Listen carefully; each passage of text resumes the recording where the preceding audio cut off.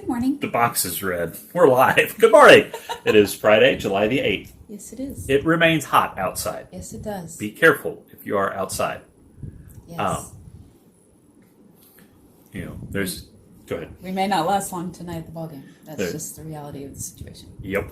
There's an old saying that, hard work never killed anybody, but it's actually not true. Although maybe it's not that hard work did it, but heat illness does kill people. So, be careful out there if you have to be out there. And know the fact that one smidgen of your grass is slightly higher than another smidgen is not a have to. Your yard's just a conspicuous consumption of land and demonstration of your wealth and privilege anyway. Seriously, historically, that's what a yard is. It's to show off, I own land I don't have to grow food on. Ha! Look at how awesome I am. That's the purpose of a yard. That's the historical use of a yard. So, just think about that next time you stress about it. And, fuss about other people who have more money than sense. If you got yard, you got more land than you need. Anyway, I am not the captain of my own destiny, nor even of this new day. And so I renounce anew all claim to my own life and desires, including perhaps my yard. I am only yours, O Lord. Lead me by your mercies through these hours, that I might spend them well, not in harried pursuit of my own agendas, but rather in good service to you. Teach me to shepherd the small duties of this day with great love, tending faithfully those tasks you place within my care, and tending with patience and kindness the needs and hearts of those people you place within my reach. Nothing is too hard for you, Lord Christ. I deposit now all confidence in you, that whatever these waking hours bring, my foundations will not be shaken. At day's end I will lay me down again to sleep, knowing that my best hope is well kept in you. In all things your grace will sustain me. Bid me follow, and I will follow. Amen. Amen. It's Friday. We want to talk about what we've learned this week. Yeah, so what have you learned? It's hot. What have you learned? That's a fact. That is a fact. Not necessarily a lesson that you've learned. That's true.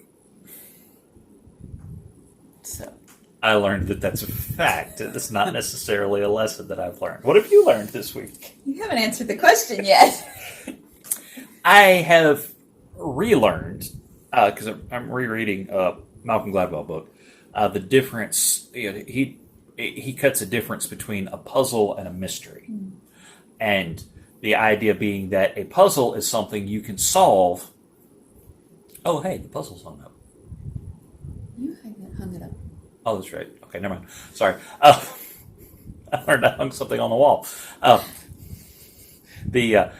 puzzle is something that if you can't solve it, it's because you lack a piece of information. It's whether it's an encoding key or just, hey, I need one more bag of parts or whatever it is. A puzzle is something that can be solved.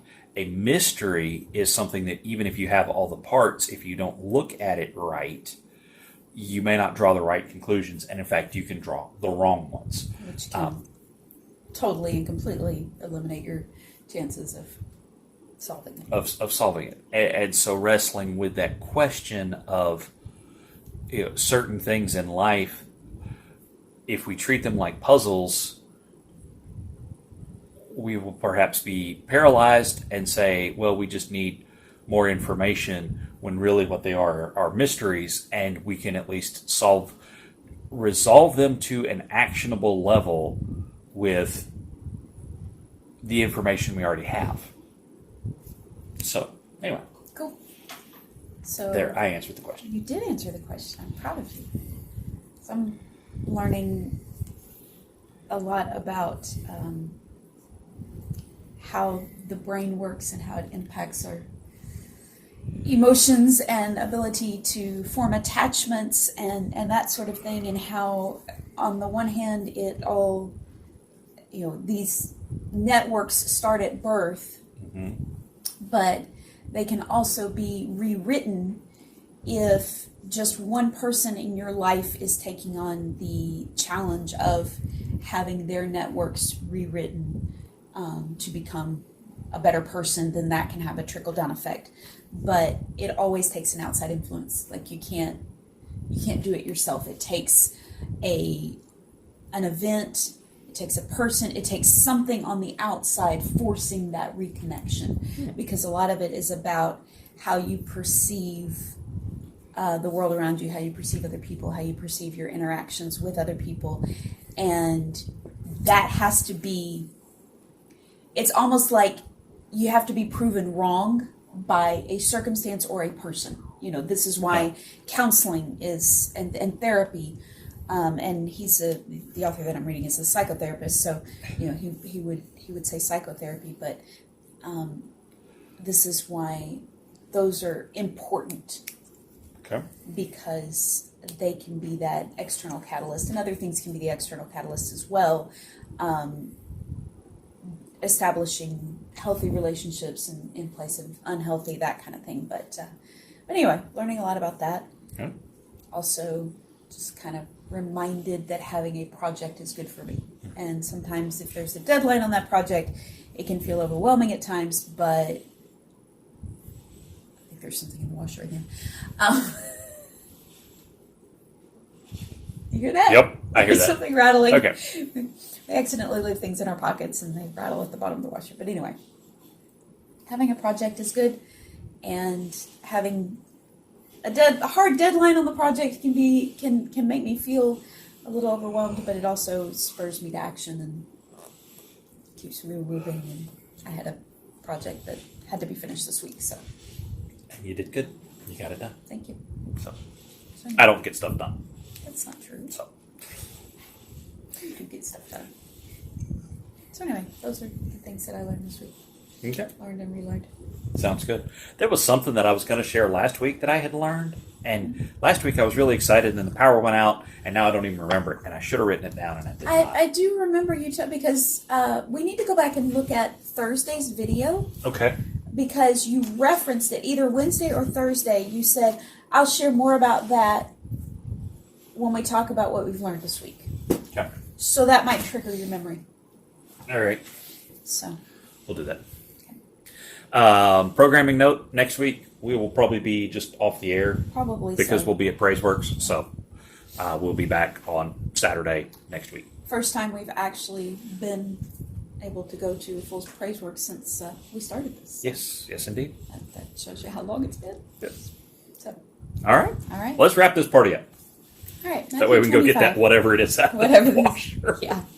Matthew 25, 1 through 13. At that time, the kingdom of heaven will be like 10 virgins who took their lamps and went out to meet the groom. 5 of them were foolish, and 5 were wise. When the foolish took their lamps, Wise guy, eh? Sorry. wise gals, Wise gals. they didn't take oil with them, but the wise ones took oil in their flasks with their lamps. When the groom was delayed, they all became drowsy and fell asleep. In the middle of the night, there was a shout, "Here's the groom! Come out to meet him!" Then all the virgins got up and trimmed their lamps. The foolish ones said to the wise ones, "Give us some of your oil, because our lamps are going out." The wise ones answered, "No, there won't be enough for us and for you. Go instead to those who sell oil and buy some for yourselves." When they had gone to buy some, the groom arrived, and those who were ready went in with him to the wedding banquet, and the door was shut. Later, the rest of the virgins also came and said, "Master, Master, open up for us." He replied, "Truly I tell you, I don't know you. Therefore be alert, because you don't know either the day or the hour." Dear Heavenly Father, thank you for today. Thank you for air conditioning and the blessing of being able to be indoors. And thank you that you have given us all that we need to be prepared. And I pray that we will be wise. In your holy name I pray. Amen. Amen. Bye-bye. Bye-bye.